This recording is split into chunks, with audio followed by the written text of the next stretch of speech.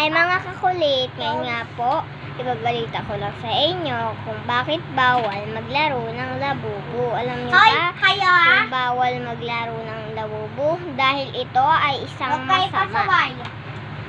Kaya siya tinawag na labubu dahil nasa devil siya at masama siya.